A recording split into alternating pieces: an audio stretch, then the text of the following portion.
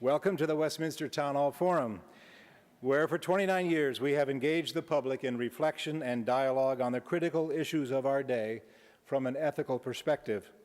My name is Tim Hart Anderson. I'm the senior minister here at Westminster Presbyterian Church, located on Nicollet Mall in beautiful downtown Minneapolis. I'm the moderator of the forum. It's my pleasure to introduce today's special guest speaker. Nicolas Kristof is a journalist, author, op-ed columnist, and two-time recipient of the Pulitzer Prize.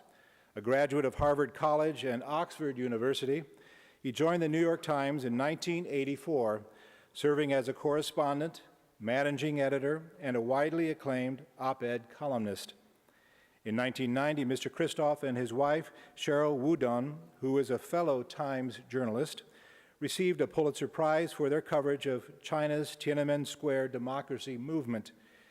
In 2006, Mr. Kristof earned a second Pulitzer Prize for graphic and deeply reported columns that, at personal risk, focused attention on genocide in Darfur and gave voice to the voiceless in other parts of the world.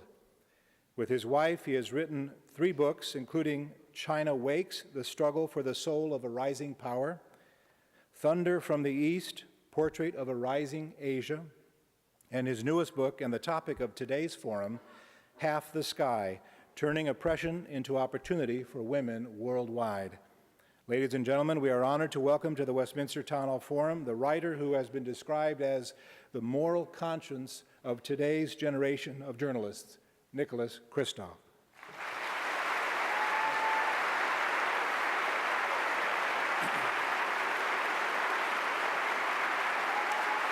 Thank you.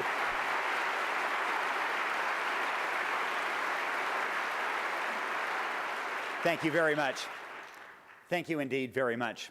I must say that it was a very warm welcome. When I stepped out earlier today, it did feel a little bit brisk. It felt like kind of my vision of Minnesota weather.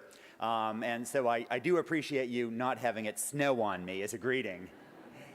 I'm also really pleased to see these students here and to hear about your involvement in this project in Malawi. I'm sure you're going to benefit people in Malawi, and I'm also sure that you're going to be beneficiaries of that project yourselves. I want to begin by telling you a story from Half the Sky about a very different kind of a school.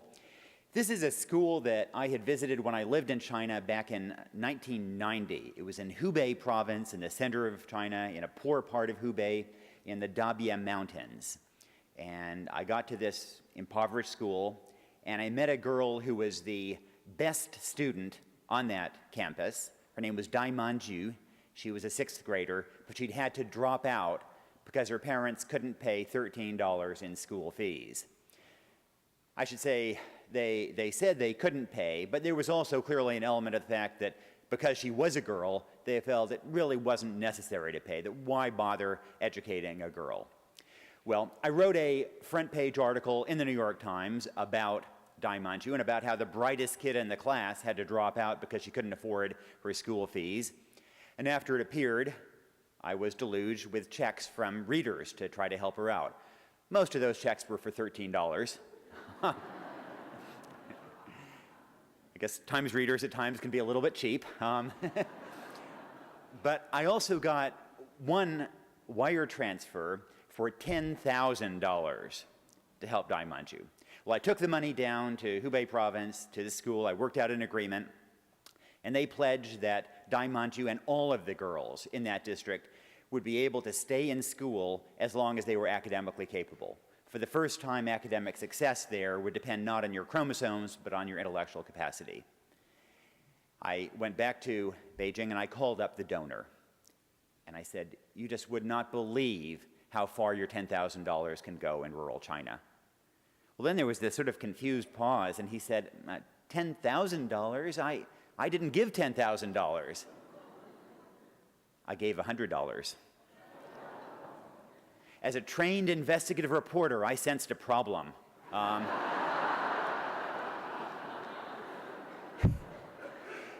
Well, it turned out that he had only tried to give $100, but a banker at Morgan Guaranty Trust had a little trouble with decimal points.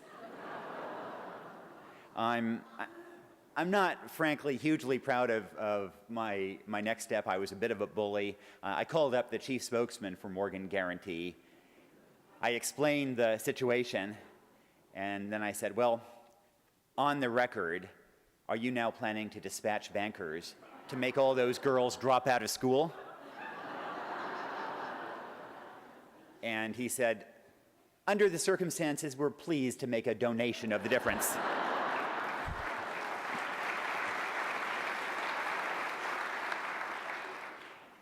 Well, that became an interesting experiment to see the effect of that infusion of cash and the increased educational opportunities that those girls had compared to those in the other areas. And I visited that community and others in the area, and look, all of the communities in Hubei province have gotten richer, have gotten better educated, and have done better over time. But this community has done so far more than the others. Dai Manju herself became the first person in her family to graduate from elementary school, to graduate from middle school, to graduate from high school, and then she earned an accounting degree at the equivalent of a community college and went off to Guangdong province to become an accountant for enterprises there. She sent money back. So many of the other girls who would otherwise have dropped out ended up doing the same thing, got these much better paying jobs, sent money back. There started a virtuous cycle. Now, because that community had more money, they were able to persuade the authorities to build a road to that village for the first time, to improve the school, to bring electricity there. It was this cycle that led to greater educational investment, to greater prosperity there. And it was all fundamentally because a banker at Morgan Guarantee didn't understand decimal points. Well, that relates to the two central themes of Half the Sky, of our new book. And the first is indeed, it has to do with the fact that the reason Dai Manju didn't go to school, the reason she had dropped out, was not just that the family was poor, but also that they really didn't think girls needed to go to school. It wasn't so much a poverty story as a gender story. And so the first thesis of Half the Sky is that just as in the 19th century, the central moral challenge was slavery, and in the 20th century, the paramount moral challenge was totalitarianism, in this century, the cause of our times is going to be to provide greater gender equity all around the globe.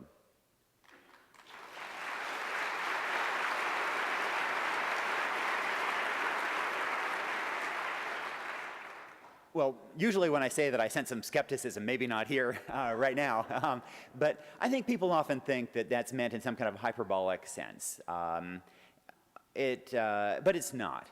And let me ask you a question that does relate to the impact of gender discrimination around the world. Are there more males or more females in the world today? What do you think?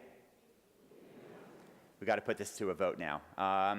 If you think that there are more males in the world today, raise your hand. I'd say about 1–2%. I think mostly males trying to stand up for themselves. Now, what about, do you think those who think there are more females in the world today, raise your hand? Okay, now we have about 90% with a certain amount of abstentions here. Well, the latter group, I'm afraid, is wrong. There are, in fact, more males in the world today, not females. In the United States and in Europe, there are more females because if females get equal access to food and health care, then they live longer, and so there are more. But in fact, in most of the world today, they don't get equal access. And as a result, there are somewhere between 60 million and 100 million females who are missing around the globe, tilting the global balance toward a slight surplus of males. Part of this is sex-selective abortion, that when a woman is expecting a female fetus, a girl baby, then she gets an abortion. Part of it is that if you don't have enough food to go around, you feed your son and you starve your daughter. Part of it is that when your son is sick, you take him to the doctor. When your daughter is sick, you feel her forehead and say, let's see how she is tomorrow. This happens on a huge scale. In India, for the first year of life, boys and girls have a somewhat similar mortality rate because they're dependent on the breast, and the breast doesn't have a son preference. But from age 1 to age 5, children depend on their parents, who do have that son preference. And so from age 1 to 5, girls are 50% more likely to die than boys. Quite apart from these issues of mortality, there are vast issues of violence, sexual violence and otherwise. There are issues of acid attacks, and invariably it's always women who have acid thrown at them. In parts of Congo and Liberia, more than 3/4 of women have been raped. In South Africa, there was a survey earlier this year in which 25% of men said that they had raped a woman. Yet, if these issues of abuse and oppression strike me as the central moral challenge of our times, they're not the only issue, and they're not the only theme of the book. The second is a happier one, and that is that quite apart from the moral reasons to tackle these issues, at a purely pragmatic level, the best way to fight poverty, extremism, fundamentalism, is to educate girls and empower women, bring them into the labor market. Put it another way,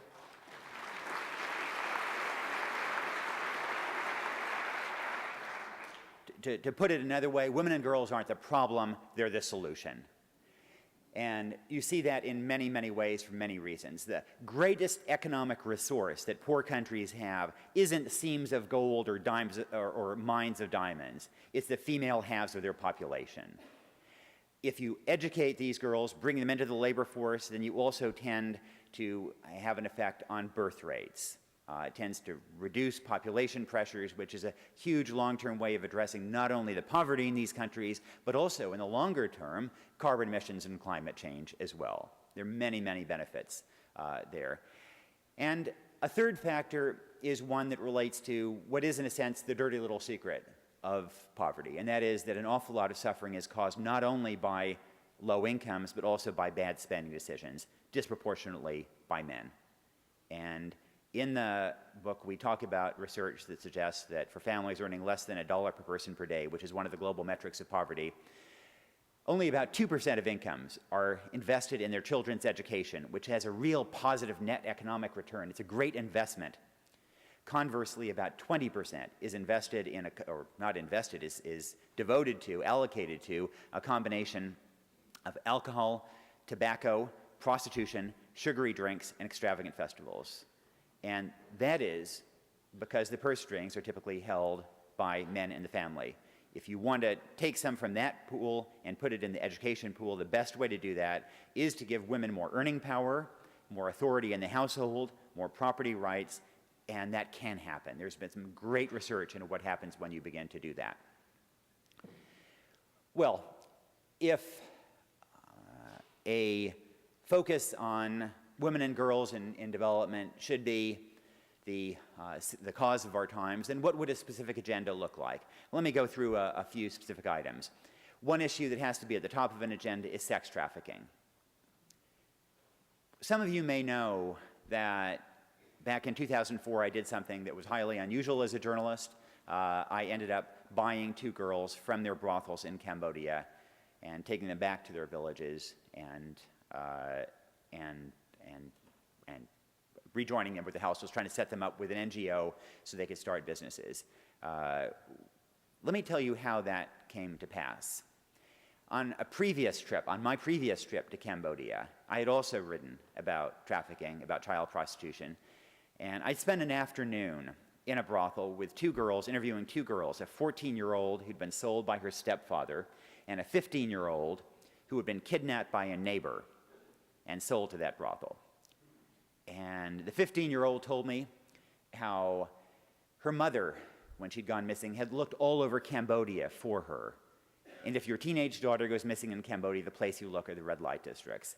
And just a week before I got there, the mother had found her in that red light district, in that brothel.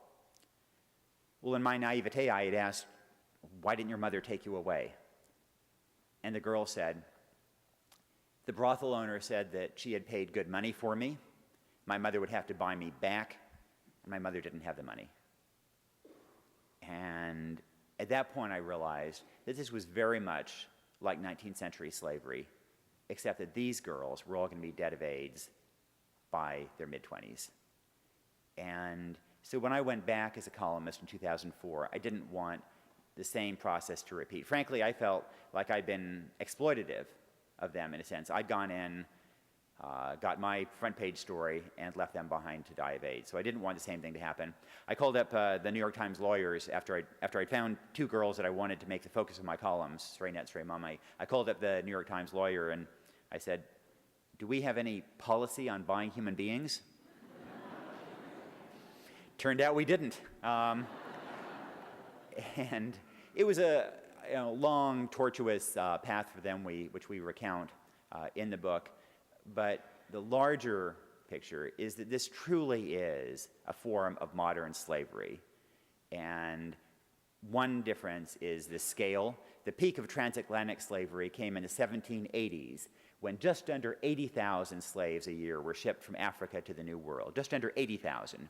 Today, the estimates vary considerably, but the State Department estimates that about 800,000, 10 times as many, are trafficked by coercion across international borders, not including those who are trafficked within borders.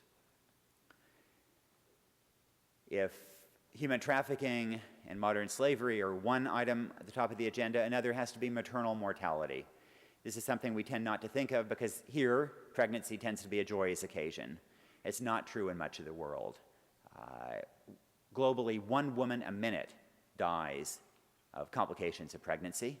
In the country of Niger, a woman has a 1 in 7 lifetime chance of dying as a result of pregnancy. And we know how to save these lives. It's not rocket science. But the problem is that as long as those who die have 3 strikes against them, they're poor, they're rural, and they're female, then they just don't get those resources. And quite aside from those who die in childbirth, there are also vast numbers who end up being injured in childbirth. There are about 20 injuries for every one who dies.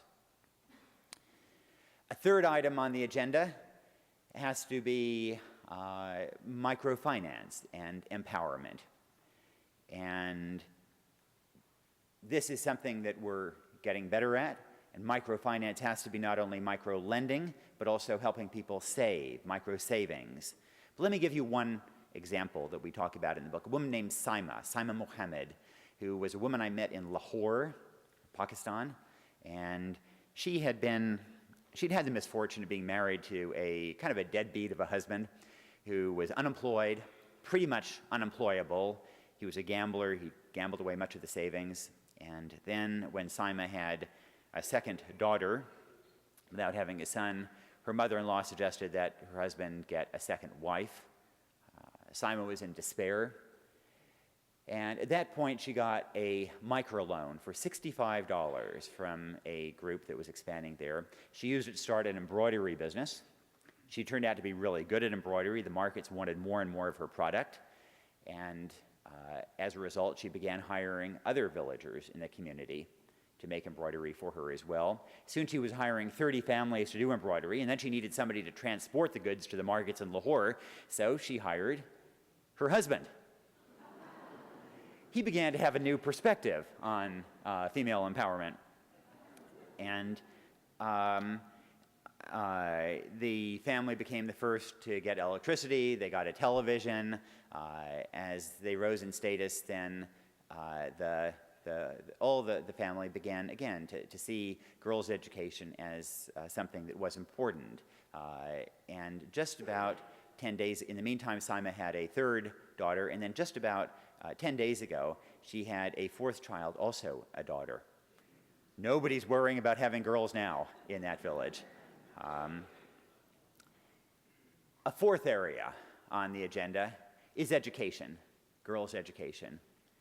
It's important to note that I think people sometimes think that the central problem here is just men, and it's not. If you look at the people who are doing the trafficking, very often they're women. If you look at people who cut their daughters' genitals, who arrange that, it's typically the mothers, not the fathers.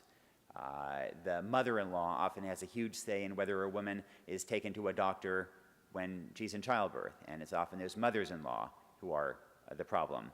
If you ask people in Afghanistan and Pakistan whether they are in favor or against wife-beating, then the best predictor of whether somebody is for or against wife-beating is not whether they are male or female. It's whether they live in a city or a rural area. In general, if you live in a city, whether you're male or female, you tend to think wife-beating is a bad idea. If you live in a rural area, even if you're female, you tend to think it's the right thing. And the way to change these attitudes, the best single solvent for these kinds of patriarchal attitudes, absorbed and transmitted almost as much by women as by men, is education. This is also something that we're pretty good at. Helping people can be a difficult and complicated process, but education is one thing that tends to work out pretty well. And one of my favorite stories involves a girl named Beatrice Bira who grew up in Uganda near the Congo border. Her parents did not send her to school, even though she would have loved to go. And then at age 9, the family got a gift from a group that I'm sure some of you know called Heifer International. Do you know Heifer? Yeah. Well, as most of you know, Heifer's model is that they give livestock to a family to create income-generating potential, and then that family will then pass it on. A church in Connecticut, the Neantic Community Church, gave 6 goats through Heifer. One of those goats ended up in the hands of Beatrice's parents. They sold milk from that goat to raise a little cash, and because they now had cash, they decided they could send Beatrice to school. So she was 9 years old, all the other first graders were 6, but she was so eager, she went, she rocketed to the top of the class. All through elementary school, she stayed at the top of the class, middle school, high school, and then she became the first person in her village to go abroad to study.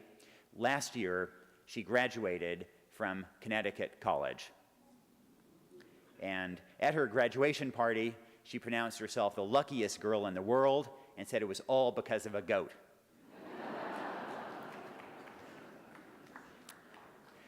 Now, that leads to a question that I think often is in people's minds, and it has to do with the efficacy of aid and of assistance.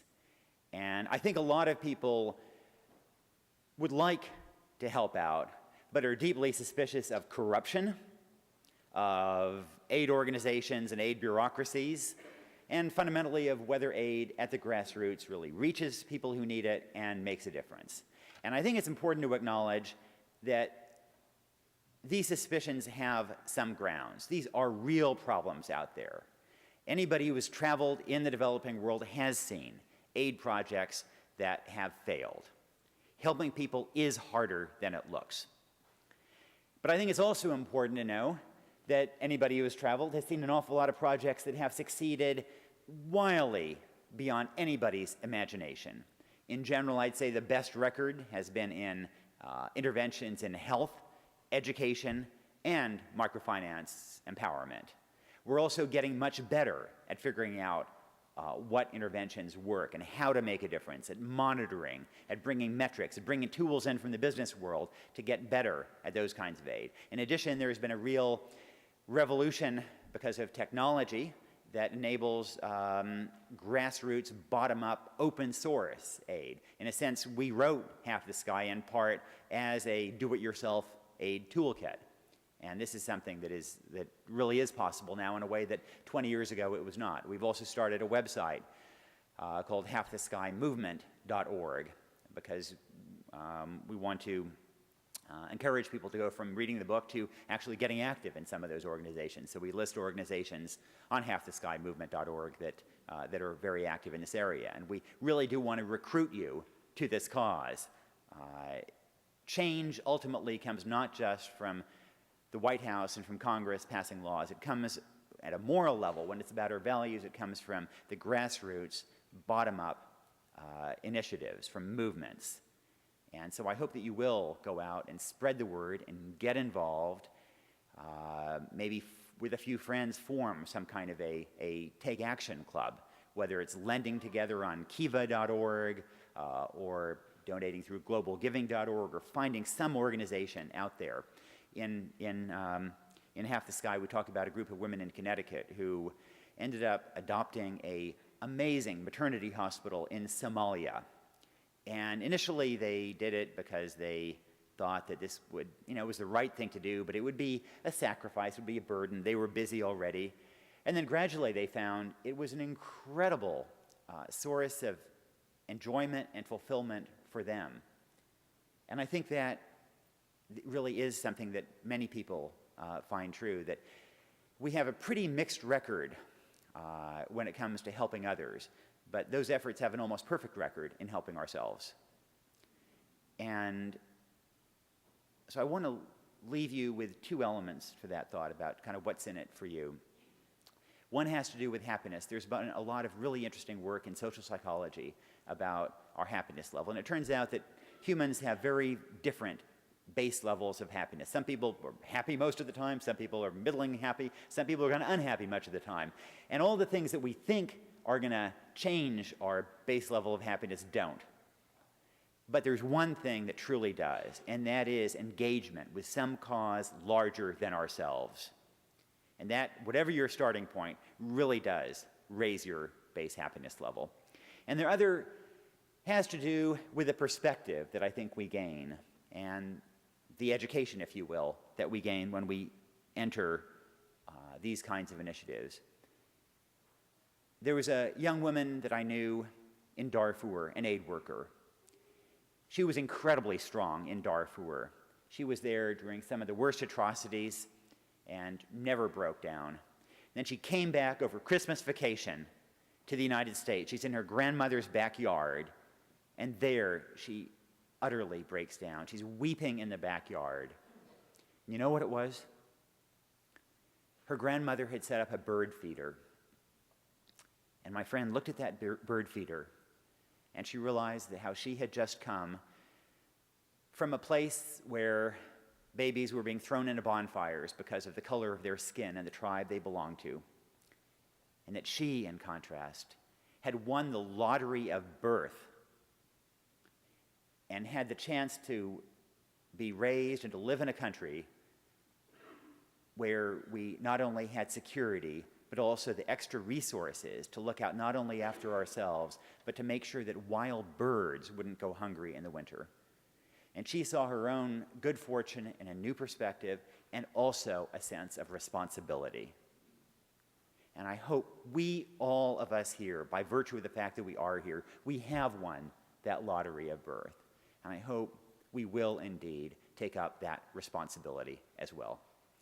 Thank you very much.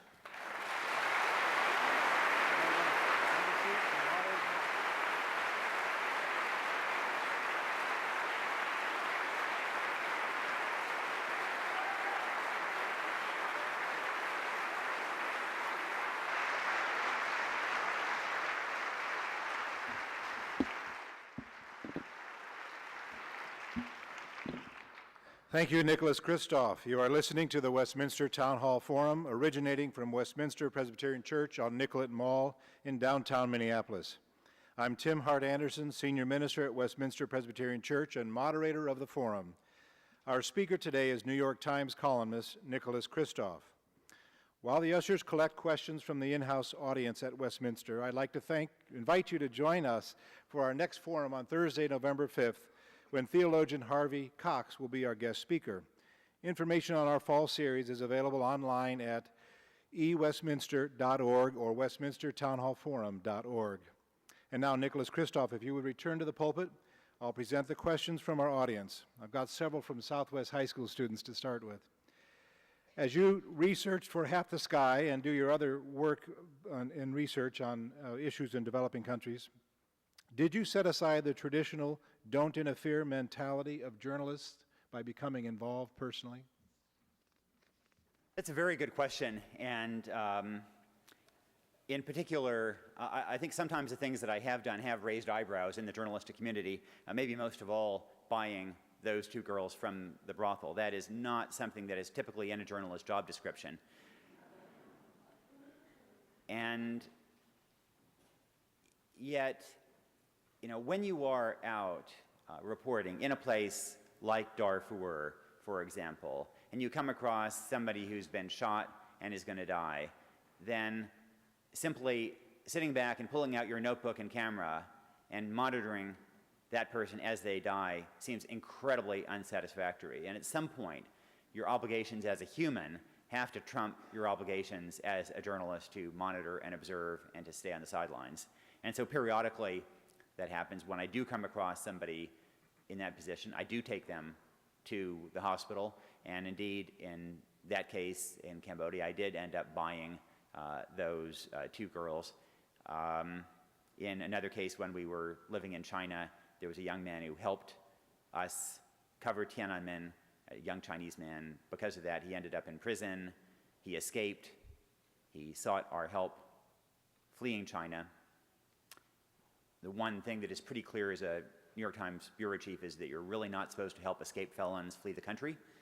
But we ended up helping him with as few fingerprints as we could do. He was able to get to the U.S. And so there have been times when I have done that. And ultimately, I think the best test of it is, how would it look on a billboard?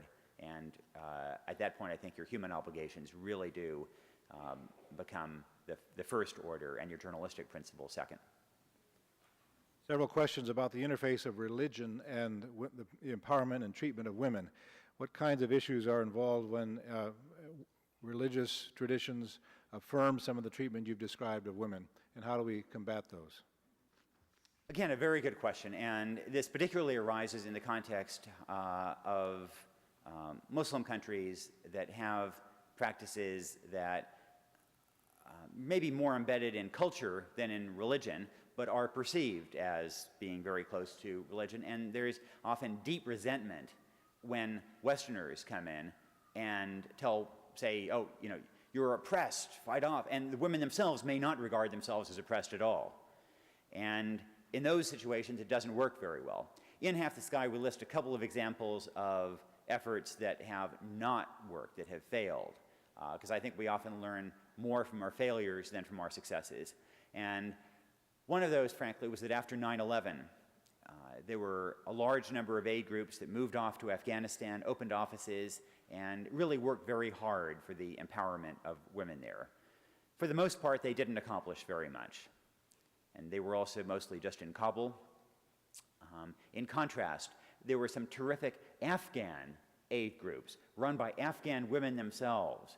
And because they spoke the language, because they were Muslims themselves, they had real credibility. If more of our resources gone to supporting those Afghan aid groups, we would have gotten much, much more bang for the buck, and there would have been less of a backlash. We would have accomplished more and the aims we were trying to achieve. So I think that this is something that we have to think through more, and that often the role of foreigners, where there is a risk of a religious backlash, is not to stand up front with the megaphone, but to be in the back supporting those local people and let them lead the way. Access to reproductive health care seems vital to empowering women. What progress is being made in providing such care? What stands in the way? Reproductive health is an area where there has been real backsliding in recent years. It's a real tragedy. When the United Nations, when UNFPA, the United Nations Population Fund, was set up in the Nixon administration, the United States was a major supporter of it, and there wasn't a polarized political divide about it. But then, because of abortion politics, it became deeply enmeshed in politics, and successive Republican administrations defunded it, so the U.S. didn't give any money at all to the UN Population Fund. This year, the Obama administration has restored funding to it, but in general, money for family planning, efforts for family planning have lost ground. We've had a lost couple of decades in family planning. And one of the real tragedies is that you have this vast, what is called unmet need for family planning. These are women who want family planning assistance and who can't get it. because those resources aren't available. And there are so many reasons why that is important to do, not least cutting the maternal mortality rate that I talked about. One of the simplest ways of cutting the number of women who die each year in pregnancy is reducing the number of pregnancies they have. And so this should be a no-brainer to provide more access to family planning to those women who want it. What approaches, in your mind, are most effective in dealing with human trafficking? Government, NGO, et cetera. The U.S. has actually done something that has been quite effective, and to its credit, the Bush administration did a good job in this area. It's what is called the TIP report, the Trafficking in Persons report, that is published annually, and it rates other countries around the world and how they deal with trafficking and threatens sanctions for those that don't treat it seriously. The result was that for the first time, countries faced this kind of scrutiny, and Cambodia is the country that I followed most closely. And the result there was that the Foreign Ministry and the Trade Ministry called up the national police chief. I'd say, oh, we got to do something about this to avoid sanctions, and he spread the word down. And now, many of the brothels in Cambodia are actually run by police. And they did not close down their own brothels, but they closed down others, which made a real difference. The brothel where I did the most research of all and where I spent a lot of time interviewing the owner to try to understand her business model, her brothel wasn't closed down, but the police began going to her more and more, demanding more and more in bribes. Soon she said she was paying $5 a day in bribes. And so at that point, she decided it just wasn't worth it anymore. It wasn't worth the quite slight risk that she would go to prison. But more importantly, her expenses were just getting too high. And so she closed her brothel and turned it into a grocery store. And that is, I think, the kind of pressure that we can apply more of. And I mean, the other area that we have to do better on is that so much of the business model of trafficking in Asia, particularly, is dependent on selling virgins. And the people run brothels on the side, but they make a lot of their money kidnapping village girls and selling their virginity a couple of weeks later for hundreds of dollars. That is an area that there should be much greater focus for a crackdown. What kind of link is there between the tourism industry, particularly coming out of Europe and America, and sex trafficking? This is actually something that I think in the West we tend to exaggerate the importance of. I mean, it is a factor in Thailand and Sri Lanka, Belize. There are a number of countries where Western tourists are a part of the problem, but overall, by far the largest number of customers are local men. And they really drive the business in those brothels. So we can and should crack down on Westerners pedophiles who go and buy 13-year-old girls in these places. And the U.S. is beginning to do that, and I think that's important. Other countries need to do more of that as well. But that is not going to solve the problem. The biggest part of it is local men in these local brothels. Several questions about microfinance. What would you say to someone interested in helping start microfinance projects in the developing world? The area of microfinance that tends to get neglected is microsavings, not microlending.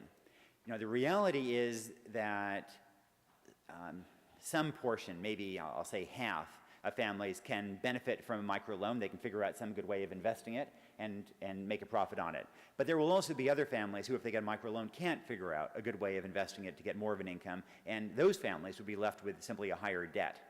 But in contrast, one of the greatest needs for poor families, almost everywhere, is a way to save money. Typically, if you're a very poor family, you don't get a salary. You get income, cash income, maybe once or twice a year at the end of the harvest.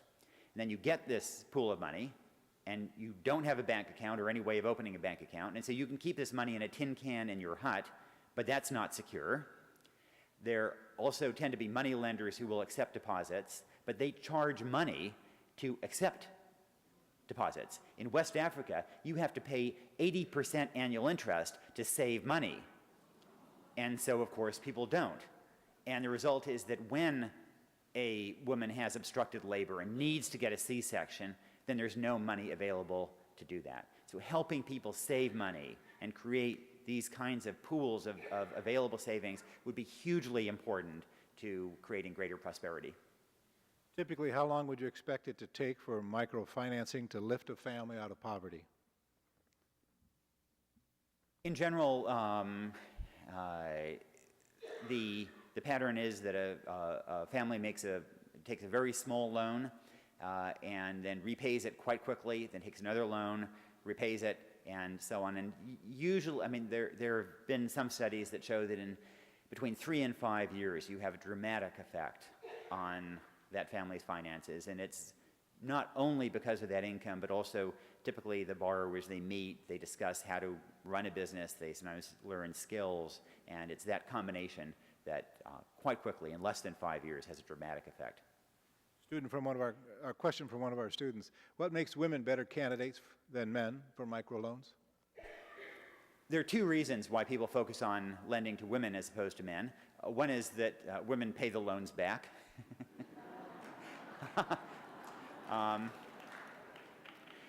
And the second is that, contrary to what people think, women's businesses don't actually have a better record of success than men's businesses. Men's business, partly because they have fewer household responsibilities, and some studies have actually grown more quickly. But when you look at the income from those businesses, then when women get that money and control that money, then it does precisely go to educate their kids, to start other businesses for the family's welfare. When men get that income, then it tends to go toward beer. One of the women in the audience writes, 40 years ago, the women's liberation movement claimed that the fundamental form of oppression is sexism, and that the equality of women would help achieve justice for all. What took you guys so long?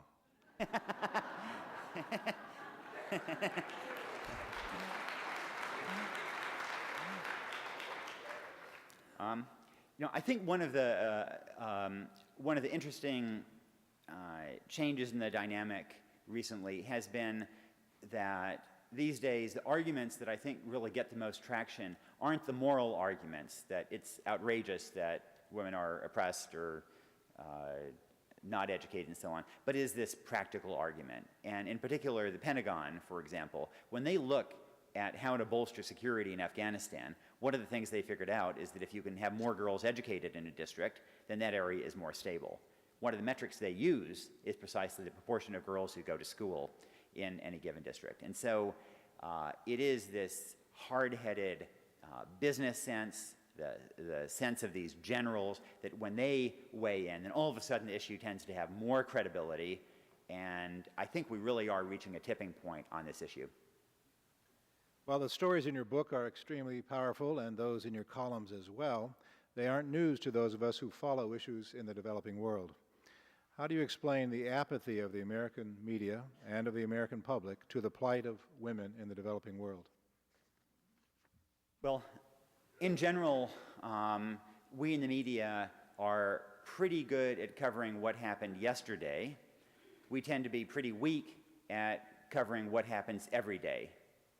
And so as a result, for example, one of the things I think we're worst at is covering public health issues. And these are precisely the kinds of issues that happen every day. And so they're not news on any one day. One of the reasons we actually ended up writing Half the Sky, or the germ of the idea came for us after we were based in China and had covered the Tiananmen Square, the massacre there. Maybe 400, 500 people were killed there. The next year, we discovered that every year in China, 39,000 baby girls died because they didn't get the same access to food and health care. And we'd never written one column inch about that. And that made us rethink our journalistic priorities, rethink what was news, and rethink how to approach these issues. Once we began to look through that gender prism, then it became a very useful way to see the world as a whole. In your book, you mentioned how your own children reacted to the experiences that you shared with them. What suggestions would you have for parents who want to provide such experiences for their children? Well, frankly, I'm always a little nervous that Child Protective Services is going to come in and, launch an investigation or something. Partly, we have really made an effort to take our kids on some of these trips to expose them to some really difficult things that happen around the world. Of the Christmas vacation last year, we made a family trip to Cambodia, Thailand, Burma, and we took our kids, after some discussion with my wife, we took our kids into some of the brothels where I had done reporting to meet the girls that I'd known over the years, to meet the brothel owners, and we met a 13-year-old girl who had been kidnapped, and then because she'd been deemed by the brothel owner recalcitrant, she'd had her eye gouged out.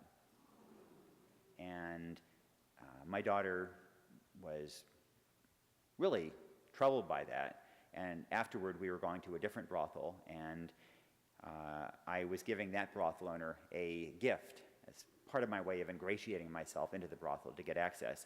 And my daughter was really angry at me for giving a gift to a brothel owner, and I was really proud of her for being angry at me. I think that in universities in particular, we can do a better job of exposing students to the world as a whole. And American universities are indeed getting much better at this over time, but I think there's still some ways to go. I think we can encourage gap years before college, more summers abroad, and more junior years abroad should not just consist of sending students in herds to Paris or Florence, but also to get out of their comfort zone to India, China, Africa, Latin America. Several questions about empowering women in the United States. There are persistent issues that affect women here negatively. For instance, an income gap. In the state of Minnesota, 2/3 of the minimum wage earners are women. Women are disproportionately the recipients of violence in homes. Any comments or strategies about empowering women in this country? Sure. I'd say that the two foremost issues here tend to be two that get rather less attention, and one is domestic violence, which in some communities is a huge, huge issue. And the second is trafficking here, domestically in the U.S. And I think that there we sometimes have the wrong focus, that we focus on foreign women who were brought in to brothels in this country. And that is indeed a problem. There is exploitation there. But the worst of the problems, it tends to be domestic American runaways, girls who are fleeing abusive homes or problems at home. They go to the bus station, a pimp buys them a lunch, and next thing she knows, he's putting a gun in her mouth and threatening to blow her head off unless she has sex with 10 men a day. And it is just tragic that we end up arresting these girls and don't focus more on the pimps.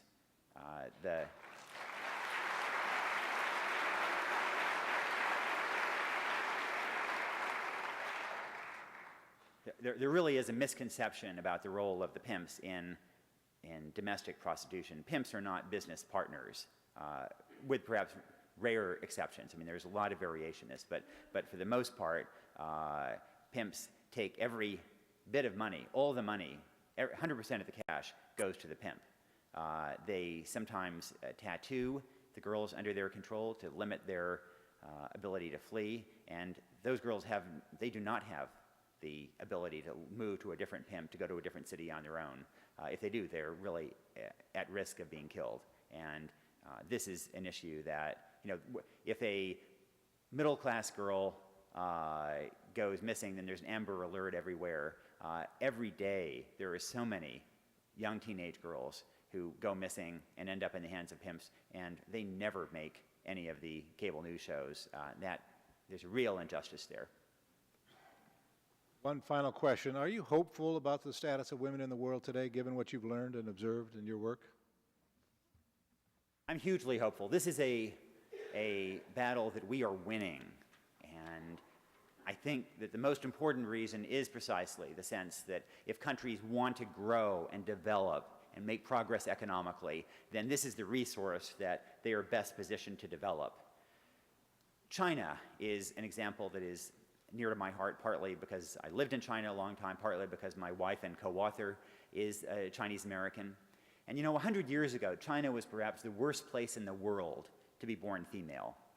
You had foot binding, you had female infanticide, you had concubinage, you had some girls in rural areas not even be given a name, just third daughter. Today, at its income level, it's one of the best places in the world to be born female. My wife's grandmother had her feet bound, and that is just, of course, unimaginable in modern China. I think that indeed is something that is going to spread, whether or not you get involved. But I hope it'll happen faster if you do get involved, and I hope you will join that movement out there. Thank you so much. Thank you, Nicolas Kristof.